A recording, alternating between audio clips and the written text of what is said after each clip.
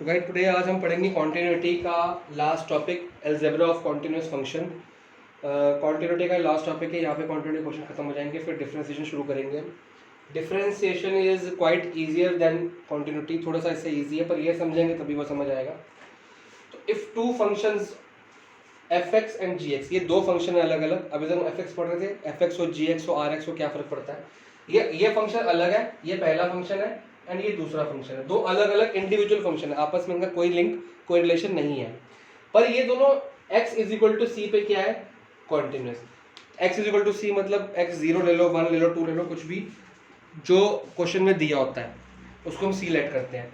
तो x is equal to c में function f x भी कॉन्टिन्यूस है और फंक्शन जी एक्स भी कॉन्टिन्यूस। मतलब इसकी कॉन्टिन्यूस का मतलब आपको पता है कि left hand limit is equal to right hand limit is equal to function at c, और इसका भी left hand limit is equal to right hand limit is equal to function at c, मतलब ये इक्वल है।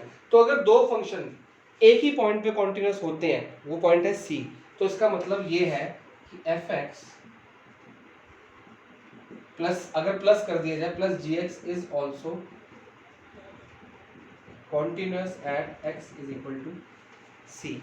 ये function का जो सम होता है वो भी कॉन्टिन्यूस होता है। ये हमको चीज़ें आगे क्वेश्चन सॉल्व करने में काम आएगी। मान लो हम साइन एक्स दिया होगा, हमने साइन एक्स प्रूव कर लिया होगा इंडिविजुअली कि ये कॉन्टिन्यूस है। कहाँ पे? जीरो पे। एट एग्जाम्पल दे रहा हूँ, होता है कि नहीं होता वो बात की बात है, ठीक है। इसी तरह से अगर हम cos x चेक करेंगे तो cos x भी हमको पता लग जाता है कि जीरो पे कॉन्टिन्यूस है।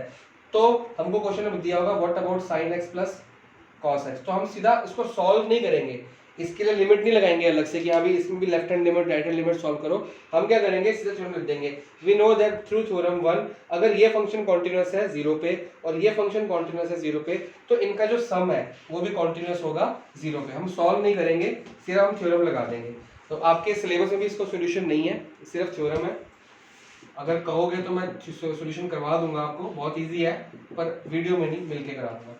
और एक और चीज है कि f x minus g x is also continuous at x is equal to c, कि f x minus g x भी कॉन्टिन्यूस है सी पे। ये भी अगर प्रूफ करने को आए तो सीधे थ्योरम लगा देंगे आप, कुछ सॉल्यूशन नहीं दिखाएंगे। फिर तीसरा है f x multiply by g x is also continuous at x is equal to c, इनका मल्टीप्लिकेशन भी कॉन्टिन्यूस होगा। और f x upon g x, ये भी मतलब डिवीजन भी कॉन्टिन्यूस होगा at x is equal to c. But इसमें एक कंडीशन होती है, इसमें कंडीशन होती है provided g x should not be equal to zero, कि जी एक्स जीरो नहीं होना चाहिए। अगर डिनोमिनेटर आपका जीरो हो गया तो वो तो नॉट डिफाइंड हो गया ना, तो जो फंक्शन नॉट डिफाइंड होता है वो कभी कॉन्टिन्यूस हो ही नहीं सकता। तो अगर जी एक्स जीरो रखोगे तो नॉट डिफाइंड होगा, तो ये डिसकॉन्टिन्यूस हो जाएगा। तो इसलिए जी एक्स जीरो नहीं होना चाहिए, बस अगर जी एक्स जीरो है तो ये फंक्शन वैलिड नहीं रहता, अदरवाइज ये चारों फंक्शन वैलिड है। तीन तो रहते हैं, ये भी रह जाता है। तो ये चार फंक्शंस हैं। आगे और भी थ्योरम्स बुक में दी हुई हैं, हम जैसे जैसे एग्जांपल्स करेंगे उस थ्योरम्स को करते रहेंगे। पहले इसके बेस पे क्वेश्चंस करते हैं। आप लोगों ने इस चीज़ को नोट डाउन करना है ताकि आपको आगे प्रॉब्लम ना आए, अपने रजिस्टर में नोट डाउन करिए प्लीज़। तो ये क्वेश्चन है कि discuss the continuity of sine function. Example 17 है बुक में कि आपको कॉन्टिन्यूटी बतानी है किसकी? साइन फंक्शन की। तो ये तो हमारा पुराना मेथड है, इसका थ्योरम से लेना देना नहीं है। लेकिन अगर साइन, ये बेसिकली क्वेश्चन नहीं है, ये अपने आप में एक थ्योरम है, ये अपने आप में प्रूफ है, एक थ्योरम है, ये आपको आगे यूज करना है। तो अगर कभी भी आपको क्वेश्चन में साइन की कॉन्टिन्यूटी पूछी जाएगी तो आप इस क्वेश्चन का जो आंसर आएगा वो लिख दोगे कि from theorem this sine function is continuous या डिसकॉन्टिन्यूस। अभी निकाल के चेक करते हैं। तो कॉन्टिन्यूटी कैसे निकालते हैं? सबसे पहले लिमिट, अच्छा जब हमको दिया होता है कि x is equal to zero तो वो लेते हैं 1, तो वो जब कुछ नहीं दिया तो हम क्या लेते हैं? x is equal to c. तो limit x tends to c minus f x, ठीक है, इसको लेट कर लेते हैं f x is equal to sine x, ठीक है जी। साइन फंक्शन साइन एक्स लेंगे, तो ये c है, अब c की वैल्यू हमारे पास है नहीं तो हम कोई बात नहीं, वैसे ही काम करेंगे। h tends to zero f c minus h, sorry ये होगा फंक्शन। तो limit h tends to zero, जहां पे x है वहां पे c माइनस एच लिख दो, c sorry sine x minus c minus h, sorry c minus H. अब h कितना है यहाँ पे, h कितना है 0, ये तो ठीक है। तो इसमें आपका फॉर्मूला लग जाएगा, यहाँ कर लेते हैं, लिमिट h टेंड्स टू 0, तो साइन c cos h सॉरी साइन a माइनस b का फॉर्मूला आप पुट करेंगे, तो लिखेंगे साइन, यहाँ पे ब्रैकेट लगा देंगे, साइन c cos h और minus cos c sine h, ये आपका साइन a माइनस b का फॉर्मूला है। ठीक है, इसको और आगे से सॉल्व करते हैं।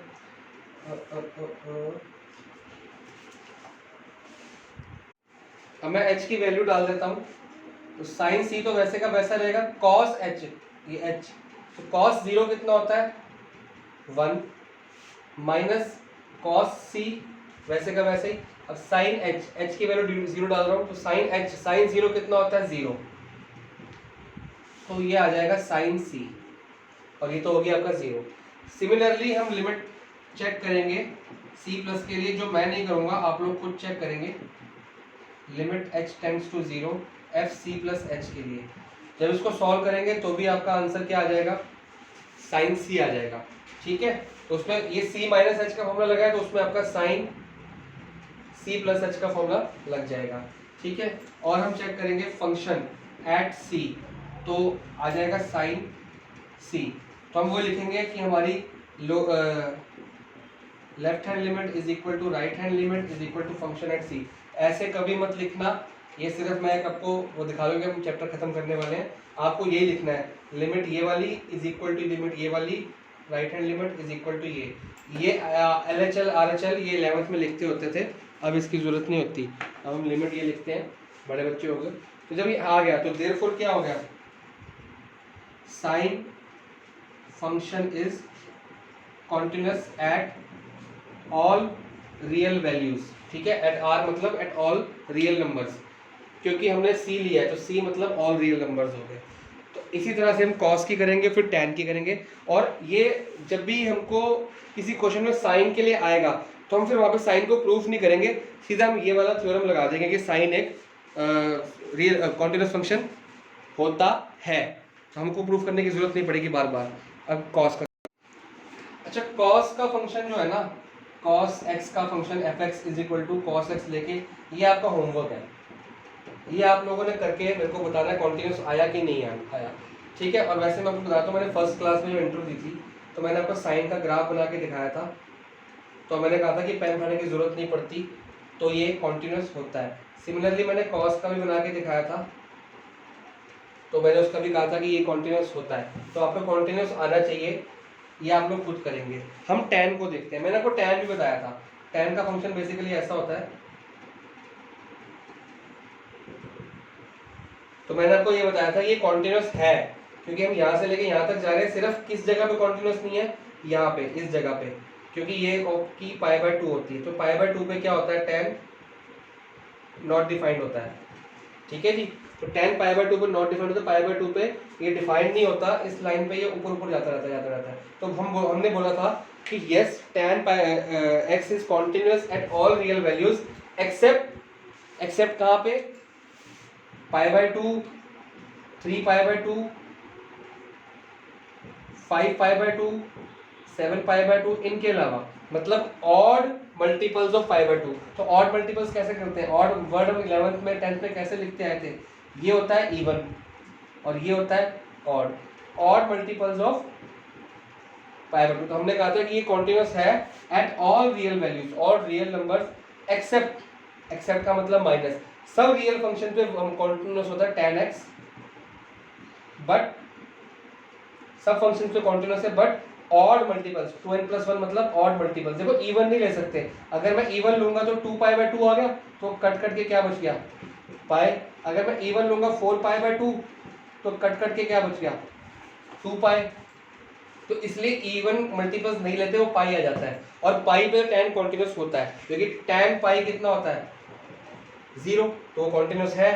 तो हम ऑड लेते हैं π/2, 3π/2, 5π/2, 7π/2। तो ऑड को कैसे लिखते हैं, ये हो गया आपका इवन, ये हो गया आपका ऑड, ये आपने सीखा हुआ है।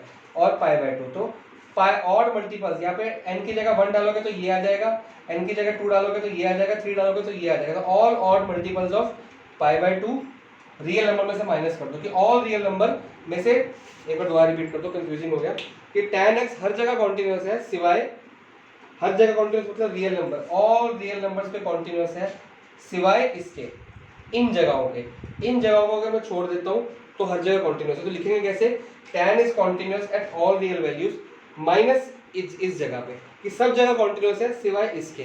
तो इसको प्रूव करके देख लेते हैं एक बार।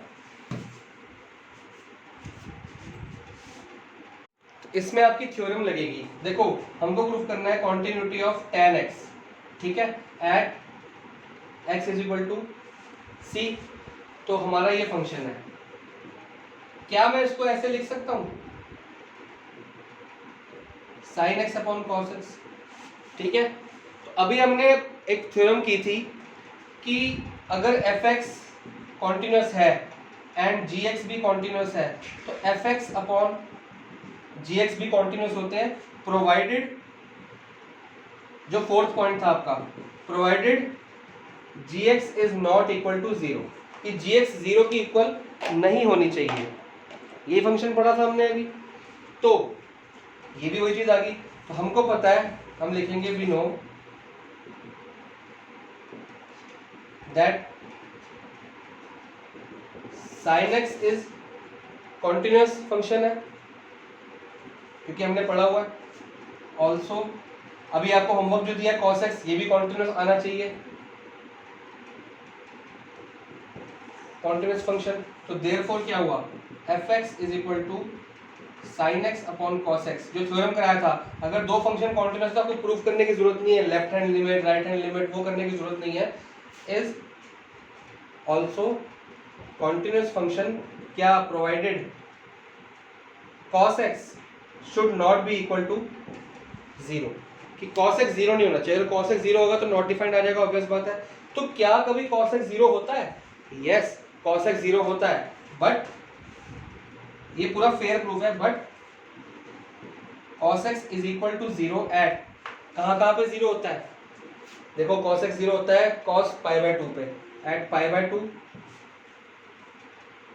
3π/2, 5π/2, ऐसे ऐसे पॉजिटिव जितने भी आपके π/2 के मल्टीपल्स आएंगे, यहाँ पे cos क्या होता है आपका π/2, तो मतलब लिख सकते हैं therefore cos x is equal to 0 at, कहाँ पे 2n+1 π/2। अभी बताया ये सारे 1, 3, 5 मतलब ऑड मल्टीपल्स ऑफ π/2 है, तो ऑड मल्टीपल्स के लिखते हैं 2n+1 π/2। तो मतलब क्या हुआ कि ये फंक्शन इज कॉन्टिन्यूस, हर जगह पे कॉन्टिन्यूस है सिवाय इस जगह के, कि जहां जहां पे cos 0 है, प्रोवाइडेड cos x 0 नहीं होनी चाहिए। तो cos x जहां जहां 0 है उसको हटा दो, तो वहां उसके अलावा बाकी जगह पे क्या होगा, therefore tan x is continuous function at all, r का मतलब होता है रियल नंबर्स, रियल नंबर्स में natural numbers, whole numbers, integers, rational numbers सब आ जाते हैं, ऑल रियल नंबर्स, हर तरह के नंबर आते हैं इसके अंदर, सिवाय irrational, non terminating and repeating decimals वाले, वो नहीं आते इसमें। Functions eight real value minus all real values, लेकिन कहाँ पे, माइनस इस जगह पे जहाँ पे cos x 0 है, माइनस कहाँ पे, जहाँ पे cos x 0 है, क्योंकि cos x 0 नहीं होनी चाहिए, तो जहाँ पे cos x 0 है वहाँ पे ये कॉन्टिन्यूस नहीं होगा। तो cos x 0 कहाँ पे होता है, एट 2n+1 π/2 पे। तो ये आपका आंसर है कि tan x एक कॉन्टिन्यूस फंक्शन है, लेकिन इस जगह को छोड़ के, कौन सी जगह को छोड़ के, इस जगह को माइनस करके बाकी सब जगह पे कॉन्टिन्यूस फंक्शन है। देखो sin x कहाँ पे कॉन्टिन्यूस था, sin x all real values पे, cos x कहाँ पे कॉन्टिन्यूस था, ऑल रियल वैल्यूज पे, कहीं भी ले लो। लेकिन tan x कहाँ पे होता है, रियल वैल्यूज में से ऑड मल्टीपल्स ऑफ π/2 को हटा दो, बाकी वो सब जगह कॉन्टिन्यूस होता ही होता है। तो एक एग्जांपल और करते हैं, फिर क्वेश्चन स्टार्ट करते हैं।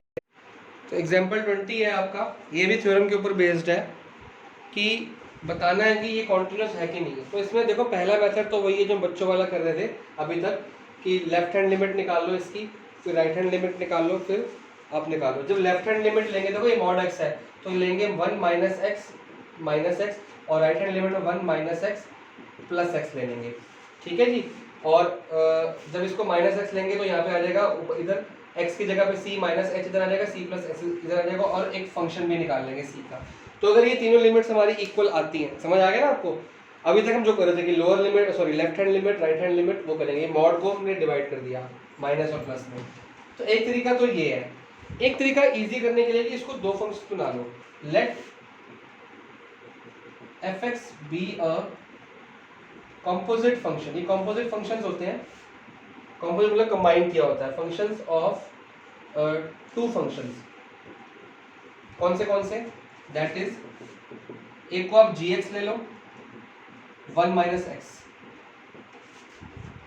एक को आप px ले लो मॉड ऑफ एक्स, ठीक है जी। ये हो गया ना, इतना पोर्शन आपका मैंने gx ले लिया और इतना पोर्शन मैंने आपका px ले लिया, तो दो अलग अलग फंक्शन इसके मैंने बना दिए हैं। अब देखो वी नो, हमने ये पढ़ा हुआ है ऑल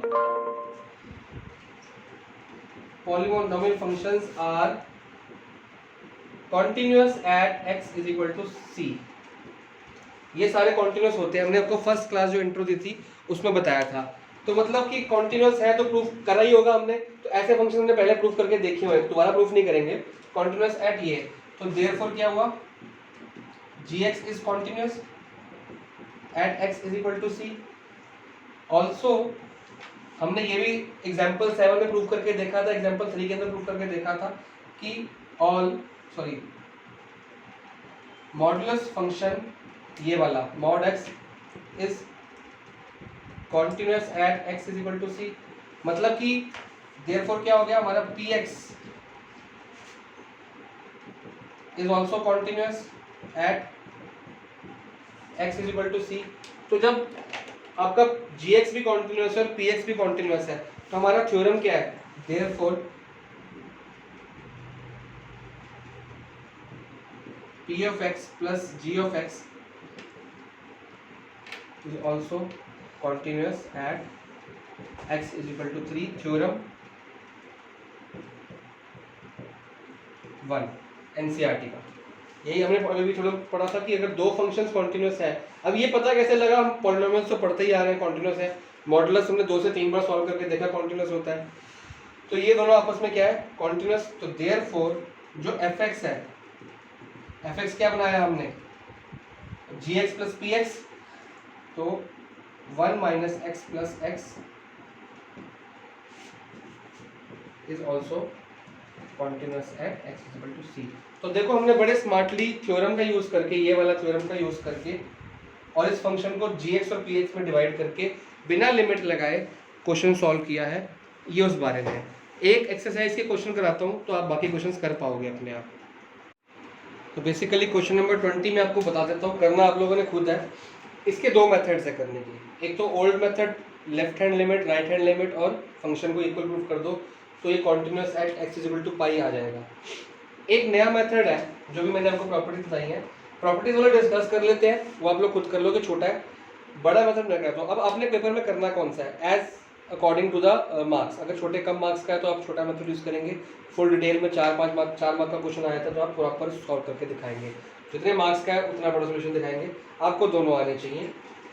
तो इस फंक्शन को इस तरह डिवाइड कर ले सकते हैं, x square plus 5 minus sine x.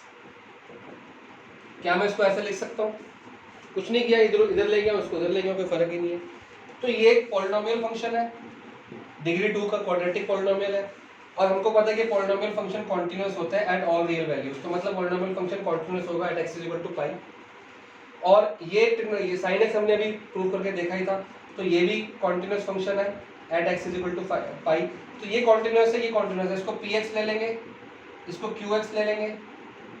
तो जब ये कॉन्टिन्यूअस है at x is equal to pi और ये कॉन्टिन्यूअस है at x is equal to pi, जो भी इससे पिछला क्वेश्चन मैंने करके दिखाया था सेम वैसे ही करना, इसको लिख देना continuous at x is equal to pi, इसको लिख देना एज अ qx। तो देयरफॉर क्या होगा, हमारा थ्योरम 1 क्या कहता है, तो therefore px minus cube x भी क्या होगा, continuous at x is equal to pi. तो ये आपका सेकेंड मेथड है। इस तरह से 1 मार्क या 2 मार्क का क्वेश्चन आपका सॉल्व हो सकता है। अब बच्चों ने मेरे को बताया कि सर जब फर्स्ट मेथड से लिमिट्स और लगाया तो हमको थोड़ी सी दिक्कत आई, तो मैं सॉल्व कर देता हूँ उसको। तो लेफ्ट हैंड लिमिट लेंगे सबसे पहले, सॉरी x टेंड्स टू क्या है पाई, तो पाई माइनस एफ एक्स। तो दिक्कत क्यों आई मेरे को समझ नहीं आया, क्यों बच्चे या तो पाई देख के घबरा गए हैं या साइन एक्स देख के घबरा गए हैं, मेरे को नहीं समझ आई। आप लोग को बड़े से बड़ा मुश्किल से मुश्किल क्वेश्चन आ जाए, आपका फॉर्मेट सेम रहना चाहिए। आप फॉर्मेट के अकॉर्डिंग चलो, करते रहो, देखो आगे चीज़ें अपने आसान हो जाएंगी। या उस बच्चों के 11th के फॉर्मूले नहीं याद होंगे, दो ही बातें हो सकती हैं, ठीक है ना। तो ये फंक्शन है, तो लिमिट एक्स सॉरी एच कर देते हैं इसको, एच टेंड्स टू 0, तो फंक्शन बन जाएगा पाई माइनस एच, ठीक है जी। आगे चलते हैं। अब जहां जहां पे x है वहां पाई माइनस एच लग जाएगा, तो ये बन जाएगा पाई माइनस एच का whole square minus sine pi minus h plus 5, ठीक है जी। इसको सॉल्व कर लेते हैं, तो ये बन जाएगा h की जगह 0 डाल दो, पाई का स्क्वायर माइनस, अच्छा इसमें तो आपका या तो इसको फॉर्मूला लगाए थे हम, a square plus b square minus 2ab का फॉर्मूला, या सिंपल ही लाइन दो, h की वैल्यू पुट करो, क्या बच गया pi square minus sine pi minus h तो हट गया 0 हो गया प्लस 5। अच्छा ये माइनस एच अगर आपने खोलना होता तो साइन ए माइनस बी का फॉर्मूला भी लगा सकते थे, तब भी आंसर आपके पास साइन पाई आता, क्योंकि अभी हमने साइन सी को खोला था, साइन सी माइनस एच करके देखा था, या साइन सी प्लस एच करके भी देखा था, तो बच गया था हमारे पास साइन सी। तो साइन पाई माइनस के साइन पाई बचता है। एग्जाम्पल अभी सॉल्व करके दिखाया था मैंने आपको इसी वीडियो में। तो क्या बन गया पाई स्क्वायर, साइन पाई कितना होता है जी, साइन पाई होता है साइन 0 होता है 0, साइन पाई होता है 0, तो बच गया 5, क्योंकि साइन पाई तो 0 हो गया, तो पाई स्क्वायर प्लस 5। इसी तरह से लिमिट करते हैं पाई प्लस की limit h tends to 0 f pi plus h। एक बार तो फंक्शन पूरा लिखा करो, कई बच्चे लिमिट नहीं लिखते, फंक्शन नहीं लिखते, डायरेक्टली कर रहे हैं, तो मार्क्स कट जाएंगे आपके, क्योंकि पूरा ढंग से लिखना ही शराफत होती है। अब आप जो मर्जी करो, स्टेप्स खा लो यहाँ पे, कोई बात नहीं। h की जगह 0, तो बच गया pi square sine pi plus 5, तो सेम तो आ गया, ठीक है। तो ये दो तो सेम आ गया आपका, ये भी सेम आ गया और ये भी सेम आ गया। अब फंक्शन देखते हैं at c is equal to function at pi, ठीक है जी। तो फंक्शन एट पाई कितना आ जाएगा, ये फंक्शन पाई square minus sine pi plus 5। जहाँ जहाँ एक्स है वहाँ पाई पुट कर देंगे, तो pi square sine pi minus sorry 0 होता है 5, तो तीनों इक्वल आ गए। तो आप लोग वही पुराना मेथड, ये इक्वल टू ये इक्वल टू ये। तो अगर तो क्वेश्चन कम मार्क्स का है तो आप ये वाला मेथड नहीं यूज़ करेंगे, प्रॉपर्टी बना लेंगे। अभी बताया एक्स स्क्वायर प्लस 5 को अलग बना लो और साइन एक्स को अलग बना लो, f p x minus q x को बना के कर सकते हो। बाकी क्वेश्चन आपने खुद करने, मैं सिर्फ एक क्वेश्चन आपको बताऊंगा जो आपके बाकी क्वेश्चन में हेल्प कर देगा। तो ये भी आपने खुद करना है, मैं सिर्फ आपको इसमें हिंट दे देता हूँ। देखो हिंट की कोई जरूरत ही नहीं है, हमको पता है कि साइन एक्स को पी एक्स ले लो, ये भी कॉन्टिन्यूस है, कॉस एक्स भी कॉन्टिन्यूस होता है, ठीक है। तो जब पी एक्स कॉन्टिन्यूस है, कॉस एक्स कॉन्टिन्यूस है, तो इनका सम क्या होगा, P x plus Q x भी कॉन्टिन्यूस हो गए, थ्योरम लगा देना। इस तरह से इसका अगला पार्ट है, उसमें आप P x minus q x लगा देना। इसी तरह इस क्वेश्चन में अगला पार्ट है, उसमें आप P x multiply bye Q x लगा देना, तो आपका हो जाएगा। लेकिन अगर आपको बड़ा क्वेश्चन आता है, ठीक है, खाली एक ही पार्ट मान लो, खाली ये वाला पार्ट आपको ज़्यादा मार्क्स में आया है, तो आप लोग कैसे करेंगे, मैं सिर्फ एक पार्ट करके दिखा देता हूँ। मैं आपको दोनों पार्ट समझा रहा हूँ, कंफ्यूज मत हो जाना कि सर कभी ये कह रहे कभी वो कह रहे। वो तब करना है जब मार्क्स कम है, वो आपकी समझने के लिए है। थ्योरम लगा के, थ्योरम 1 लगा के sum is equal to continuous, जब ये कॉन्टिन्यूस है। लेकिन अगर बड़ा क्वेश्चन आता है तो पुराने मेथड से करेंगे सी माइनस, क्योंकि अभी और कोई इसमें दिया नहीं है ना कहाँ पे करना है, तो सी माइनस कर देंगे, तो एफ एक्स, ठीक है, 0 फंक्शन सी माइनस एच बन जाएगा साइन, जहाँ जहाँ एक्स है वहाँ पे सी माइनस एच प्लस कॉस सी माइनस एच। ठीक है जी। अब आपके पास दो मेथड्स हैं, या तो आप एच की वैल्यू 0 पुट कर दो, ठीक है, या आप इसका फॉर्मूला खोल लो ऐसे करके, साइन सी कॉस एच माइनस कॉस सी साइन एच, ये भी कर सकते हो। थोड़ा सा बड़ा हो जाएगा, देखने में अच्छा लगेगा, मतलब डेकोरेशन हो जाएगी थोड़ी सी क्वेश्चन की। नहीं तो आप एच की वैल्यू 0 पुट करो, सिंपल रखना है, साइन सी प्लस कॉस सी आ गया। इस तरह से आप लेफ्ट हैंड लिमिट मैंने बताइए, राइट हैंड लिमिट कर सकते हो, और फंक्शन में एफ सी डालोगे तो साइन सी प्लस कॉस सी तो कॉन्टिन्यूस आ जाएगा। तो जब पूरा क्वेश्चन मांगा जाए लिमिट के साथ, ये ज़्यादा मार्क्स का है तो लिमिट के साथ सॉल्व करेंगे, और अगर नहीं मांगा जाए, कम छोटा सा क्वेश्चन है, तो आप इसको अलग अलग फंक्शन बना लो, इसको पी ऑफ एक्स ले लो, इसको क्यू ऑफ एक्स ले लो, और थ्योरम 1 इनका एडिशन सब्ट्रैक्शन डिवीजन और मल्टीप्लिकेशन मैंने इस वीडियो में कराई है, आप वैसे भी कर सकते हो। क्वेश्चन नंबर 23 थोड़ा सा अलग है, वो कराता हूँ मैं। तो क्वेश्चन नंबर 23 के बाद से जितने भी क्वेश्चन है 23 के बाद, वो आपके ओल्ड मेथड से ही होंगे, क्योंकि इसमें आपको कोई फंक्शन का पी एक्स और क्यू एक्स का सम एडिशन वगैरह वगैरह नहीं दिया। करना चाहो तो कर सकते हो, ये भी इसको साइन एक्स को पी एक्स ले लो और एक्स को क्यू एक्स ले लो, तो आप कर सकते हो, लेकिन हमको इक्वल टू नहीं दिया ना, लेस देन दिया है, थोड़ी सी दिक्कत यहाँ आ जाती है। तो इसको हम ओल्ड मेथड से ही करते हैं, और 23 के बाद जितने भी क्वेश्चन है ओल्ड मेथड से करना, क्योंकि इसमें आपकी जो थ्योरम्स नहीं लग रहे। आप 0 पर देखनी है इसकी कॉन्टिन्यूटी, आपको बताना है कि discuss the continuity of the function, discontinuity कहाँ पे डिसकॉन्टिन्यूस है, कहाँ पे कॉन्टिन्यूस है। तो 0 minus f x limit h tends to 0 f 0 minus h, ठीक है, h टेंड्स टू 0। अब जहाँ जहाँ x है वहाँ पुट कर दो। अब देखो 0 माइनस h, 0 से कम, 0 माइनस है मतलब लेस देन 0 हो गया, हल्का सा कम, तो ये वाला फंक्शन चलेगा, ठीक है। तो ये आ जाएगा sine 0 minus h upon 0 minus h, ठीक है जी। तो जब मैं h की वैल्यू, अभी h की वैल्यू नहीं पुट कर सकते, क्यों नहीं पुट कर सकते, क्योंकि 0 माइनस 0 हो जाएगा। तो जब नीचे 0 आ जाएगा, और हमको पता है कि हम ये चीज़ कभी नहीं करते, मतलब हमने 11th में पढ़ा था कि ये 0/0 की फॉर्म में नहीं आना चाहिए, तो नहीं आना चाहिए, तो इसके लिए क्या करते हैं, 11th में पूरा एक एक्सरसाइज थी, ठीक है। तो हम h को यूज़ करते हैं, तो ये आएगा, इसकी लिमिट साथ लगी रहेगी, अभी पूरे एक्सरसाइज सॉल्व की थी आपने 11th में, तो ये आ जाएगा sine minus h upon minus h. तो हम इस फॉर्म, हमारे पास कुछ फॉर्मूले थे 11th के, हम उस पर काम करते थे, तो ये भी फॉर्मूला था। तो जब h टेंड्स टू 0 फंक्शन ये था, एक फॉर्मूला था आपके पास, limit x tends to 0 sine x upon x is equal to 1। अगर आपको याद ना हो तो यहाँ पे मैंने लिख दिया है, आप लोग लिख सकते हैं। तो देयरफॉर क्या आ गया, 1, या x है, x है, ये h है, माइनस h से कट जाता है, h टेंड्स टू 0 लेंगे तो आंसर आएगा इसका 1। अब ब्रैकेट में ये ऐसे ब्रैकेट करके आप साइड पे लिख सकते हैं, ठीक है। ये तो आपके आगे लोअर लिमिट। अब राइट हैंड लिमिट के लिए काम करते हैं, h tends to 0 f 0 plus h। तो जब 0 प्लस h है तो ग्रेटर देन 0 हो गया, 0 प्लस h है, हल्का सा बड़ा, तो आपका ये वाला नहीं लगेगा, अब ये वाला